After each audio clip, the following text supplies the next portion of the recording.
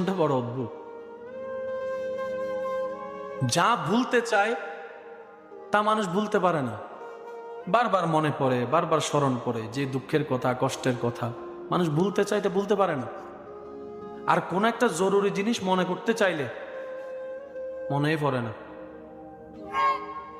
ওই জিনিসটা কোথায় রাখছি মনেই পড়ে না। অনেক সময় কথা বলতে গেলে, কারো নাম বলতে গেলে কি জানি নাম মনেই পড়ে না। অথচ 7-8 বছর 10 বছর আগে কি কথা বলছে, কে কষ্ট দিছে আজীবন মনে পড়ে। আমার অপমান করছে, আমাকে অপবাদ দিয়েছে, আমাকে কষ্ট দিয়েছে, আমাকে বাদ দেয় না। বড় অদ্ভুত জীবন আমাদের। তো দুনিয়াতে যতদিন আমরা থাকবো এগুলা চলবেই। তো যেহেতু কষ্টও আছে, বাঁচার রাস্তাও করে দিয়েছেন কে? আর সে রাস্তা যেখানে গেলে পাওয়া যায়, এটাই হচ্ছে ইন্নাদ-দীনা ইনদাল্লাহিল ইসলাম। বলেন সুবহানাল্লাহ।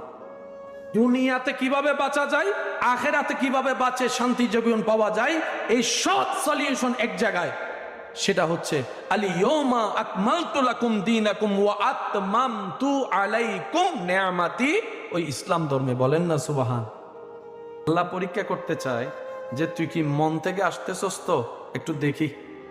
এবার আপনি বললেন, আল্লাহ আমার পরকাল শান্তির দরকার, আমি যা করছি তওবা, আমাকে মাফ করে দাও, আমি তোমার পথে আসতে চাই।